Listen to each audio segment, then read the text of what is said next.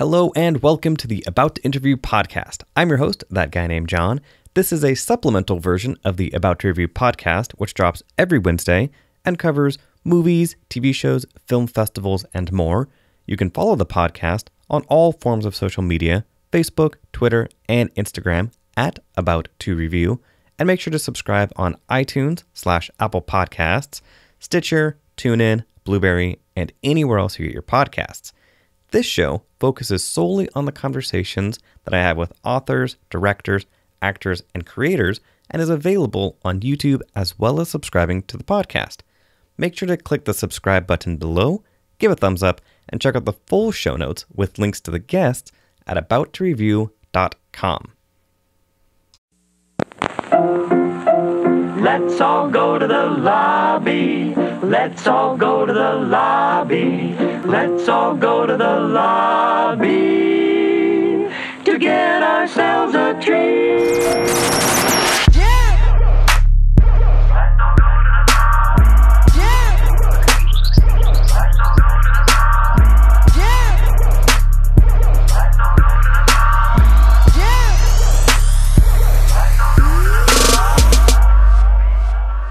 Joining me right now on this episode of the About to Interview podcast is a man who has been anonymous for a while, had some fame in 2007, and then created this amazing viral identity. His name is Mylo The Cat, aka Adam Schleichkorn. Welcome to the show. Thanks for having me on. And you're the first person to ever get my name right. I dealt with that my entire childhood, of every teacher getting it wrong, everyone making fun of it. So I appreciate that. Thank you. Excellent. I like that because you are actually not the first person who has been a guest in this podcast who I have nailed their name correctly. So I appreciate that. Special talent. Yeah. Yeah, I'm putting it on my scoreboard that I have behind me. So we can rank that up there. So as I mentioned, Mylo the Cat was this personality that you kind of created based off of your real cat. And you have been creating viral videos pretty much for a decade. So tell me about kind of when that first started and then kind of where it has led to right now. Okay, sure. Yeah. So, my first viral video was really like you said, in 2007. It was a video called Fence Plowing, and basically I just videotaped my cousin and his friend running through a fence, did it in the style of an old Jackass bit. And I was younger, and I originally filmed this thing probably in 2004, I would say. Oh, wow. Maybe 2005. Yeah. So that was floating around on DVDs before internet video even existed. And it was just a shock to me that it went viral as like anyone else back then. It was, you know what, I was working in Brooklyn. Long story short, I was working in Brooklyn. I got home one night and I had all these, comments on that particular video. And they were like, oh, it's on this channel, news on that channel. And I was like, what are these people talking about? And then the next day, it was just everywhere. And that was before, I didn't even know what a viral video was. That was back when YouTube kind of had only been around for under a year. So it was pretty crazy. Which especially back then, so that was 2007. Yeah, the term viral video had not really caught on as much anymore because, like you said, YouTube was in its infancy. Exactly. Yeah. And I was still explaining to people what YouTube is, let alone I'm a video editor, and let alone this is what a viral video is, and this is how you get there. People were like, "Oh, can't you just send me the DVD like you used to?" I'm like, "No, wow. Just go to the computer. Yeah, just go to the computer. It's so much easier." Nice. Because on that, with that infancy of YouTube, as opposed to handing somebody a DVD, you could tell them to go on the website. You're one of that first kind of, I guess, class, maybe we could call it, of YouTube partners from back then. Yeah. So talk about that a little bit. How many people kind of were part of it back then when it was just a much smaller thing? Yeah, I think I was in the first 400. I think. Oh, wow. there was initially 200 that were a lot of bigger companies, and then like the few YouTube stars that were around. And then that second phase was, a very selective group of people, and I was in there. And I remember thinking like, all right, that's it. Like, I'm just going to be able to sit back and collect checks. All my old videos are going to do great. And boy, that was a rude awakening.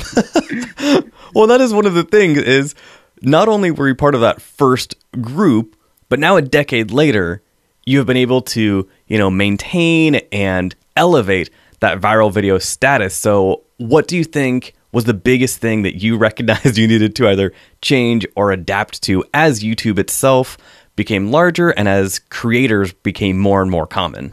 Well, first of all, thank you. I appreciate you saying that because, it's been a tough road. It hasn't been all ups. There's been plenty of downs. Honestly, I think the biggest thing that I ever did was create my recent channel, Is This How You Go Viral, with the plan kind of saying, I don't care about collecting ad revenue anymore. I just want to create good content. And really what happened was after all that time of making money on ad revenue, I did pretty well for a good amount of that time. And then it just dropped off the face of the earth overnight. Wow. And I kind of realized I can't live like this. It was crazy. It was crazy. It went from like 40,000 views a day every day for probably 2 years. All of a sudden, I'm down to 10,000 views a day, and I was out of business. Like a blink of an eye. So the best thing I ever did was just say, I don't need to worry about this ad revenue. I just want to create cool stuff, and that's how I really started really going viral. Okay, yeah, because you mentioned, of course, the YouTube channel is This How You Go Viral?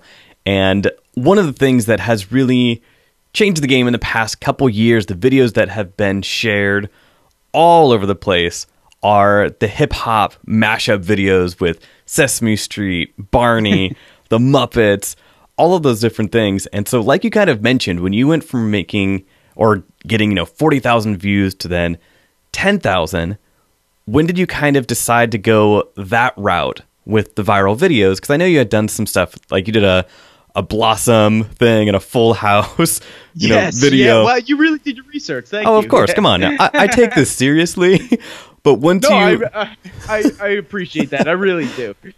So yeah, what was that kind of turning point when you wanted to really? Was it an editing challenge? Was it something? You know what it was? I was working full time for this company as the head of their video department, and I'd say about a month into, this new position, they were like, oh, surprise, we want you to learn how to make animated videos. And basically that turned into all we do and all we sell is animated videos. So at that point in my career, I had been editing video for about 10 years. And I was finally getting good, in my opinion. Like, it took me 10 years to finally say, okay, I really think I'm a decent editor at this point, not even great. And all of a sudden, my everyday job turned into zero editing. And the animated videos kind of helped me get better at other things, but I really started that channel to stay sharp. And then also just to kind of put out good content. Like I said, that was really always my goal, and that's when things really started changing for me, when I was just like, I can't worry about every view. I can't worry about ad revenue. If something doesn't take off, I got to move on and just keep on putting out good stuff. Okay. Because with the views, tell me what it was like that first time a video of yours hit 100,000 views, and then how it changed to the first time it hit 1 million views. Well, that's going all the way back. 100,000 views was like 2006 even. I think I had a couple of videos over 100,000, and I remember getting to the point where I had multiple videos over 100,000, thinking like something's about to happen here, and then over time, back in those days, I never really had a true viral video until about 2011, I would say. This video, I'm just a cat and I'm doing cat stuff. So I had a bunch of videos that were over 1 million views, but it would be kind of like over the course of 4 years and stuff. And it was a great feeling, but it didn't feel like that viral feeling. Right. That cat stuff video is the one that it hit 1 million in about a week or something like that. And that was back then. I just couldn't believe it. It was like pretty surreal. But then just to expand on that, the first modern day viral video I really had was like the Beastie Boys Muppet mashup, and that one was about 1 million views in a couple days, and like the reaction and press that got, that was unlike anything that ever happened in my career up until that point. You know, I thought I had done it, but once I got to that, I was like, oh, this is a whole nother world. You know, the articles and all that stuff. I just had no clue. I put that thing out on a Sunday afternoon. And I remember my friends, I lived like right by the beach at that point. My friends were coming in from the beach like to go and like grab drinks out of the fridge and stuff like that. And they were like, what are you doing? You're wasting your Sunday. And I was like, nah, I think I got something here. Thinking maybe it'll get a couple thousand views, a couple people will like it. And then it just absolutely exploded. Awesome. Well, and especially recently, I wanted to say congratulations for winning a Webby. Thank you very much. For the video that you did branching Rick and Morty and Kendrick Lamar swimming pool / drank. That mashup, talk about viral. I saw that video everywhere. Yeah. Oh god. And most of it wasn't under my name, probably, right? Well, that was, yeah. I mean, it was kind of one of those things. And Adam and I have actually been, talking for quite a while. And it just took some time to actually like do this that we're doing right now. I thought he was just stringing me along. I didn't think I was ever going to get on the podcast. Of course I was going to make time for you.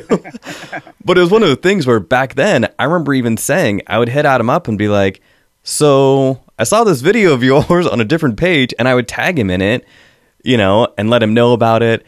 So talk about that a little bit, because as a creator, when you spend hours and hours and hours creating something, and then you see someone else post it, and they get a whole bunch of likes and comments and thousands of views. Tell me about that.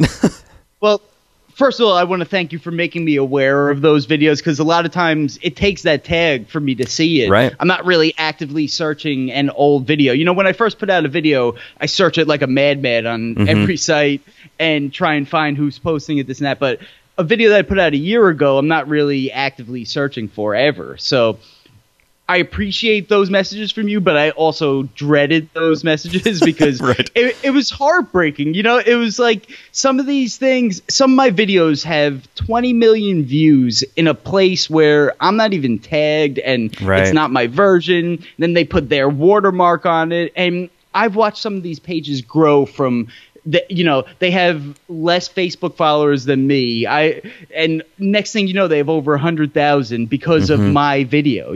Like when a video gets 20 million views, you get about 100,000 followers out of it. And I've seen several pages that just refuse to tag me, or sometimes they'll tag me after the fact, which does nothing. Thanks, guys. Yeah, it's like, oh, this already went viral. Now we'll tag you, and I get like 100 new followers, and they got 100,000. I'm like, I'm not making any money off these things, so it's heartbreaking. And there's been several times that I'll say straight up, like, these pages or these individuals that have done this to me have held me back from creating the next new one. And there's been several times that this has happened where it really kind of crushes me, because this is like all I want of the views. I'm not asking for ad revenue. I'm not trying to like pull any fast one. Just acknowledge that, like, let the views go to me. If those views went to me, my YouTube channel's over 100,000 subscribers, and then I start getting real opportunities that I wouldn't have gotten before. Right. It's really taking away like a lot of possible, business from me. Which, again, it's not the reason why I do this, but it would be a nice added bonus for all this time and effort, Absolutely. And that was one of the things that you and I talked about a while ago. And you were, at that point, you were hesitant about watermarking your own videos. So was that a process where you kind of had to justify it with yourself? I mean, I know that you felt a little bit weird about it because you're like, it might take away from the video itself, but as a creator, to protect it, you kind of have to. I agree. And you know what? My whole philosophy is I think it cheapens the videos. I think like it makes it look like kind of like garbage to have that text in the corner so prominently. But also, again, like, this is not my content. I don't want to be shady about it. Like, I really just want to be making like fair use videos that I'm not profiting off of. I'm not doing anything, like that I'm really and again, I'm probably not supposed to be doing these in the first place, so I really don't want to like piss them off even more. But nowadays it's gotten to the point that I just flash little watermarks for 5 seconds at a time, just to kind of, that's really just to annoy like the Instagram pages, because that ruins their day. If it, you know, they're editing a video and then it's on like both sides at different moments and they have to adjust both sides. A lot of these guys aren't good video editors. Like for a good video editor, it'd be a breeze, but for these guys, it really bothers them. And you know, I guess then my work doesn't get out there as much, but do I want it out there on an Instagram page that isn't tagging me and stuff like that? You know, some really, really big Instagram pages have posted my stuff without a tag. And honestly, like even if like just one little tag, and especially in the Instagram world, I could have such a bigger following on Instagram, and like these Instagram pages, they get paid to do this now, and you know that's what drives me crazy about it. That's just give me a tag. Like you're posting my video to your audience anyway. You're reaping all the benefits of it, and you refuse to tag. Like it's just not fair. For sure. And what I liked is in one of my favorite videos that you have done, when you did DMX and He-Man and the Masters of the Universe. And in the middle of the video, you have like a text conversation between Man-at-Arms and He-Man. Yeah. That was really clever because, again, you incorporated it as part of the video. And it was just a really clever way. I do have to say that was that I can't take credit for that. I did. That was an homage to the original He-Man video. Have you ever seen that Hey Ya video? It's like a classic viral video. Yeah. So they do almost like an AOL Instant Messenger breakdown in the middle of that video. So I did like the homage to them, but kind of made it more like an iMessage, because now it's like the updated times and stuff like that. So I do not want to take full credit for that because I do think that original video is brilliant. And, you know, I don't want to by any means act like that was my total idea. Humble even in his viral king stature. But like that goes back to the point that we were just making, that you know, when you're a creator, the last thing you want to do is like take credit for someone else's work and try and act like it's yours. And that's what a lot of these Facebook pages are doing, and that's what a lot of these Instagram pages are doing. And man, that just sucks. I don't know how they sleep at night when it's just they're taking credit for something they didn't do. They're acting like this is theirs. I just don't get it. Okay. So with, you know, in referencing both, you know, the DMX song, so hip hop has been a huge part of your videos. So, you know, I grew up a hip hop head as well. And so when I think of, you know, the A side and the B side, because you and I, we're a bit older than some of these kids out there. So, we still remember what an A side and a B side was. And so the A side had all the hits. The B side was maybe the stuff that they were trying out that would give you something different. So with your hip hop history, what was the A side? Like, what was the thing that first got you into hip hop?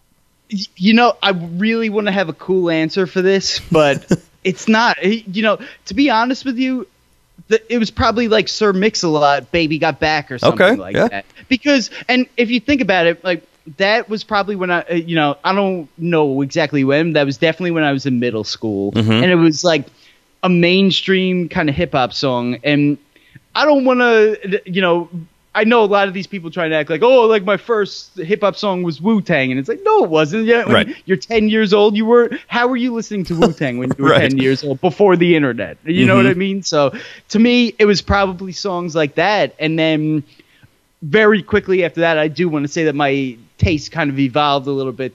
Like, and I'm really not a fan of pop hip hop kind of music and pop really in general. I'm also, you know, I'm a big fan of a lot of music, but the super commercial, ultra poppy stuff has just never really been my thing. And that's probably why as many people out there don't know who I am, because I don't really do songs like that. You know what I mean? I think my audience could grow if I started maybe doing really cheesy type songs like that, but I don't want to do that. It's just, it's never going to be me. So I'm not going to do it. Yeah. Nice. So the you know, that genre or that style, you know, back then, kind of the old school hip hop, it definitely, I think, fits a lot because, you know, when you did Barney, and Notorious B.I.G. Yeah. That is one that you have actually, I think it is the only one, if my research, is correct. I think that is the only time where you have used the same character to do the same voice. You maybe did it a couple of times with the Muppets, but with Barney... But you're right, pretty much, yeah. Yeah. I once I made that first Barney video, I was kind of like, I don't know how I could make another B.I.G. video and have it not be him, Right. But full disclosure, so I made 3 of them now. The third one did not do well at all. Like, Wow. the first 2 did very well. Third one did nothing. And it also reminded me that I hate editing Barney footage. Like, out of all the footage, it is the absolute worst. His mouth doesn't move that much, and it's like... Sometimes it moves very fast, sometimes very slow. It's like very, very tough to get the right shots using Barney compared to almost anything else that I've used. See, and that was a question that I was definitely going to ask, is when, Sure. when you have used such a variety of material, Barney, the Muppets, Sesame Street, kind of, what makes things easier? Are the Muppets easier because they have like big floppy mouths? It's hard to say. You know what? I don't want to like give away all my quote unquote secrets. Oh, I know of course. plenty of people know how to do this stuff. So I'm not trying to act like it's a big secret, but I think nowadays with the cartoon ones, to me, are easier because first of all, there's so much more footage to pull from, and I think like if you find like a high quality cartoon clip, you could really manipulate it like in a way where you could zoom in on it and it still looks good and stuff like that. In the cartoon ones too, I'm basically reanimating it. So Yeah.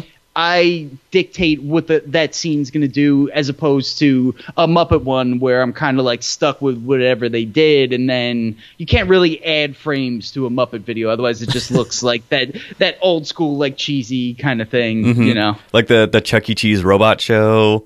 Kind of, yes, exactly, yeah. And to me, like, as I've gone on, these have gotten better and better. It's like I can't take a step back. So there's times where I go crazy over like a 1 second scene that I'm like, why am I spending so much time on this? And it's like, well, I want these to be good, so it is what it is. Okay. Now, when I talk to actors and directors and other creators, in the back of their head, they usually have one thing, one piece of art that they created, one frame or something that they did, that whenever they work on something new, that is in the back of their head. Is there anything like that for you, that when you're making something new that you think about like, I wish I could get to maybe that level again, or I wish that I could manipulate this like I did for this other piece of media that I did? Yeah, the one that you mentioned before, the Rick and Morty, Kendrick Lamar. I mean, I always go back to that one because that really, to me, was that's like the definition of a mashup. Like that to me Awesome. It just works so well, and there's so many moments in there for Rick and Morty fans, for example, that little subtle things in there that if you really go back and watch it frame by frame, there's a lot of real subtle type stuff in there that I know that they love. But then I think it also stands on its own, which is great. So you don't really have to be a Rick and Morty fan. It just makes it that much better. Right. And, I just like, I had a plan for that and I executed it. And I really... that was just one. There's very few times where I am editing something and I play it back and I'm like, okay, this is it. And that was one of those times. Awesome. I knew I had something great there. I just knew it. And look, that led to me finally being able to work for Adult Swim, and that led to the Webby Award, and that was the one right there. That was the one. I personally think the cartoon ones are way better than the Muppet ones. Like, personally, like when I go back and watch these, I'm like, why aren't the cartoon ones big? And it's tough for me because I've only had like a couple cartoon hits, and then like all my other hits are the Muppets or Sesame Street or Barney. And Right. I don't really get it sometimes. Like, some of my cartoon ones I think are better than anything I've ever done. One of them I put out a couple months ago. It's got under 10,000 views, and I'm like, this is it. I put it out thinking this is like one of the best videos I ever made, and so you never know what the hell is going to take off. It's tough. Totally fair.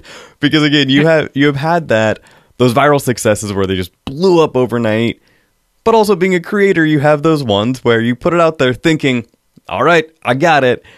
And then it might not go as well as you think. It's happened a few too many times where I really, I'm like calling my mother and I'm saying like, this is it. This is the one. This is the one that is going to be absolutely enormous. And then I put it out there. I'm like, wait, not one website is even picking it up. And like, that's another thing that all these years I thought like, oh, I'm in good with all these different websites and like these people love me and these people love me. And then like you realize after you put out like a couple that aren't big hits that is, oh, wait, no, these guys, they barely even know who I am. Like, right. They barely even know me, let alone love me. So I'm like, okay, I guess I got to move on to the next one. That's the biggest lesson too. Like if anyone is a video creator, the biggest lesson I learned over this ridiculously long internet video career is just to move on. I used to get real upset when I would spend a tremendous amount of time on a mashup and it wouldn't get a lot of views. Now I'm like, you know what? The internet's a big place. I gotta just put this to the side and keep it going. That's it. Okay. I mean, that is awesome advice. And like you talked about earlier, it comes from that passionate place. Like you just want to create. You just want to have that creative outlet where you can do kind of whatever you want to do. Now, as these videos, get bigger and more exposure, your notification screen, whether you have it on your phone, which I hope not, because that would just get madness, I'm sure, with how many times I don't. You get retweeted and tagged. Who is somebody, like when you did log onto your computer or something and check the notifications, is there somebody that sticks out when you were like, holy crap, they saw my video, or they liked it, or they retweeted it? Who is somebody that really surprised you? There's definitely a few. The Warren G video I made, I got an email from his manager saying like, hey, what's your phone number? Warren wants to call you. And I'm like, wait, what? Right. What are you talking about? I thought it was a joke. I'm like, all right, man, here's my number. I'm like, there's no way this is really him. Mm-hmm. And he called me and sure enough, it was him. And he was such a nice guy. And he basically was just like, hey, I love the video. You exposed my song to a whole new audience. And Mm-hmm. I just wanted to thank you. I was like, I wasn't expecting that reaction. That was pretty unbelievable. And then, there's definitely been some good tweets and retweets Mm-hmm. from. So, for example, the Bone Thugs page posted it, tweeted it, retweeted it, and then all their individual pages did too. And that really was kind of cool to me too, because I'm like, wow, all these guys really liked it. It wasn't just like whoever's running their page; like they all really liked it. That was pretty big. In terms of celebrities, I always keep screenshots of these things. Of course. I really got to go through all of them because I know there's some really good ones. There's Rainn Wilson, Dwight from The Office, I know is a big one. That was a recent one. Elizabeth Banks, Steve Harvey, Chris Brown. There was I really got to go through all of them because there's been some incredible kind of names that I'd never in a million years thought I'd even be on their radar, But then, look, with that said, none of them have any clue who I am. None of them really ever followed me, I got some I got a couple good followers on Twitter, but I'm almost scared to say because I don't want them to realize they're following and unfollow me. But basically, so Mike Judge follows me, creator of Beavis and Butthead. Nice. I put out a Beavis and Butthead video that got taken down, and he ended up following me from it, so that was really cool. And Adult Swim follows me. I got a couple decent ones that followed me, so it's surreal. It really is. Nice, very cool. All right, so just a couple more questions. Sure, yeah. Where does your Webby live?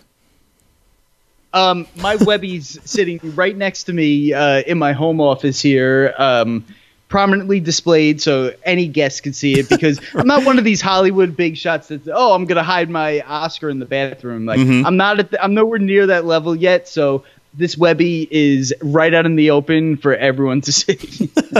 Awesome. Is it in a case at all, or is it just... No, nice. It's just kind of right out there on my table. But you know what? I didn't think I was going to win that thing. I saw the names I was going up against, and I was like, there's no way. There's no way. And then the morning of, I go and check my email, and there was no notification. I'm like, that's it. I didn't win. Right. And whatever. I ended up like, I was like all depressed. I'm like not even like signing onto my computer. I'm like, like, oh, this really sucks, whatever. And then next thing you know, I kind of just check my email again and it says, congratulations, you're a winner. I could not believe it. I was like, this has to be a mistake. I really was convinced that they made a mistake. Awesome. Well, and then the thing about the Webbies is, or one of the many things, is when you accept the speech, as opposed to these other award shows where they start playing the music 30 seconds in or whatever, you get a 5-word speech when you win a Webby. So that by itself is just kind of fascinating. It is, yeah. And mine was somebody freaking hire me already. Nice. Because I work as a freelancer for all these companies, and I thought, freelancers will be able to understand what I mean by that. I'm not saying that like I'm unemployed, know. I swear to God, the night before I'm going to record my speech, I went out on a first date with this girl, and we were having a pretty good time. And then I mentioned to her, I won this award. I'm going to record the speech tomorrow. It's a 5-word speech. And she's like, so what's your speech? And I tell her, and she's like, oh my God, that's terrible. And I was like, wait, is it? And I was second guessing myself. Oh, no. I thought this was perfect. I'm like, is it terrible? And like the rest of the night, she was like really laying into me about it. I'm like, wait, this is our first date. Like, we don't even know each other. You don't know my situation. I'm like, oh my God. So I go there the next day. I end up chatting it up with a couple people before I go in to record, and I tell them my idea, and they were like, oh no, that's great. That's great. I'm like, there you go. So I like stop freaking out for a second. I go in the room, and it's a room full of like 7 or 8 people, and I say the speech, and half of them applauded and were like, yes.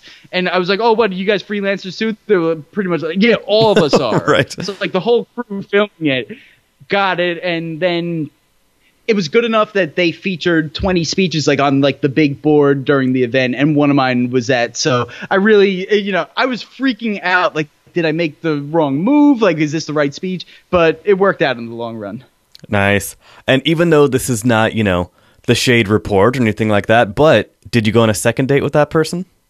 I didn't. No. Okay. No. Honestly, she laid into me over this speech, and then like over this, like she was really giving me a hard time about it. And I was like, finally at the point, like, all right, can we just drop it and, talk about something else? And she was like, oh, you're getting like upset over this. I'm like, I'm not upset, but like, man, like I thought I had a good speech, and you're telling me that it's awful. Like she said straight up, like, oh, that is awful. Like, why would you ever say that? And like, people are gonna think you're a loser. And I'm like, wow. No, I just won I won the award. Like, I don't think they're gonna think I'm a loser. I'm like, but then I drove into New York City that day. I live on Long Island, and it's like an hour ride. And it was actually Mother's Day, so I really had to like drive in and then like drive back to get over to my parents' house. And the entire way there, I'm like, should I say something else? I'm like I had this plan. Like, should I say something else? So, whatever. It is what it is. Okay. Well, I mean, it all worked out, and I mean, you stuck with it. You believed in yourself, so that counts. And then I know that you do not, take requests per se, but just throwing it out there. One thing that I think would be amazing is to throw in some like maybe Gem and the Hologram singing "Eve, You Had Me, You Lost Me." Just throwing that out there. I don't even know Gem and the Hologram. What is that? Gem and the Holograms, an amazing cartoon from the 80s, same time frame as He-Man and the Masters of the Universe. Really? Jeez, you know what? I really don't recognize that name at all. All right, Adam, I'm going to be sending you a bunch of links for homework. Writing it down right now. Look, Gem and the Holograms. Gem and the Holograms. The show is incredibly bad. It was a cartoon about this girl who becomes a rock star because of her computer synergy. Oh, I remember. There we go. Yes, there's the evil band, the Misfits. That's good. You know what? One thing I got to say, I'm always looking for something with a female lead. You know what I mean? And it's like, how many times could he use Miss Piggy as the only female? You know, Right. It's kind of crazy at the Muppets out. They only have one female in the entire cast. They had pretty much what was that? Janice. I was gonna say from Dr. Teeth and the Electric Mayhem. He says 3 words in the entire Muppet series, you know. So I always wanted something with a good female lead, and I seriously, I'm going to look into that.